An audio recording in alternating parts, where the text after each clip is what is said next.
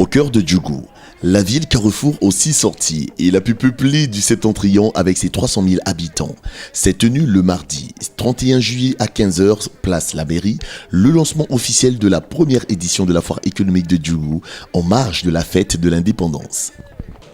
Aujourd'hui, Djougou est la 3e ville la plus peuplée du Bénin avec près de 300 000 habitants. Alors il était important que Djougou soit révélé autant que le Bénin doit être révélé jusqu'en 2021. C'est la raison pour laquelle nous n'avons pas occulté à l'appel de monsieur le maire lorsqu'il a dit « J'ai besoin que quelque chose soit fait dans ma ville ». Nous avons couru. Et j'aimerais simplement annoncer à tout le monde que nous avons un peu plus de 7 nationalités qui se sont retrouvées à Djougou pour animer cette foire en tant qu'exposants, en tant que partenaires. Et cela, nous le devons à ce trio dynamique dont monsieur le préfet. Si le préfet n'avait pas accepté que nous venions il y a 2 ans dans cette ville pour travailler, nous ne serions pas là aujourd'hui. J'aimerais remercier monsieur le maire qui n'a pas hésité à nous faire confiance. Il a dit « J'aimerais que vous fassiez cela avec ou sans moyens, mais je n'hésiterai pas à vous soutenir. » J'aimerais remercier monsieur Malik Gomina qui s'est affiché comme les leaders que nous recherchons dans notre pays et qui sont très peu nombreux. Tout à votre honneur, monsieur Malik Gomina, j'en ai terminé. Et pour Djougou, la ville de Djougou, acclamez pour vous-même, c'est une réussite internationale. Officiels, sponsors, partenaires, autour du maire Abishaï Abraham Akbala, le préfet Biao Aïna Eliassou et avec celui qu'on ne présente plus à Djougou, le docteur Malik Gomina, porte-flambeau de l'événement, la surprise était de taille, tellement la population et les exposants ont fait le déplacement. La mairie de Djougou, en collaboration avec la Fédération nationale des exposants du Bénin, FENEB, organise cette année la foire économique dans la grande ville carrefour de Djougou.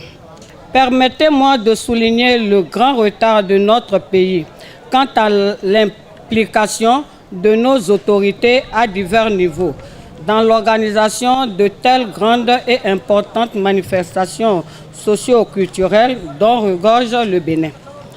Nous profitons de cette tribune et de l'opportunité qui nous est offerte pour sincèrement et solennellement solliciter le soutien du gouvernement de cette noble mission. Nous invitons les populations de Djougou et des communes environnantes à venir massivement visiter nos stands suffisamment achalandés pour s'approvisionner en produits, articles et objets de qualité répondant à tous leurs besoins pour leur bonheur.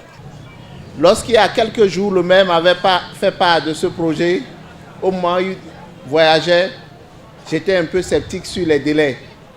Et même lorsque l'organisateur en chef m'a contacté pour la première fois, je me disais que je n'aimais pas les choses de dernière minute. Mais je ne savais pas qu'ils avaient un art dans l'organisation. Je dois à la vérité de vous rendre hommage et de dire que véritablement c'est vous, les auteurs de cette réussite-là, et vous féliciter, vous remercier pour le bonheur que vous apportez à nos populations. Merci au conseil communal et vous dire, monsieur le maire, en tant qu'administrateur, instructeur de la FIFA, on a l'habitude de dire « If you do, FIFA does ». Si vous faites, la FIFA fera. Monsieur le préfet, monsieur le maire, monsieur les membres du conseil communal, je peux vous dire, si vous faites, nous ferons. Si vous prenez les initiatives, vous nous trouverez derrière. C'est vrai qu'individuellement, on ne compte pas, mais on pourra vous aider à aller voir ceux qui comptent.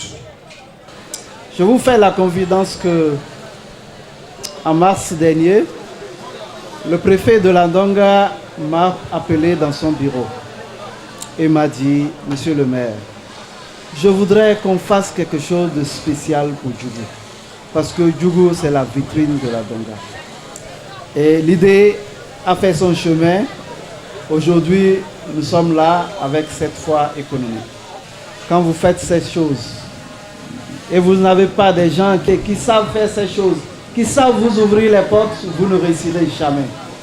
Et c'est dans ce sens que le DG, le docteur Malik Gomina, a dit « Moi, je vous tiens la main pour que nous puissions frapper à toutes les portes. » Et je vous dis, ils ont frappé à la plus grande porte, plus grande porte. C'est les Bagnoles du Bénin qui a accepté, sponsorisé officiellement cet événement. Je vous prie de l'applaudir, s'il vous plaît.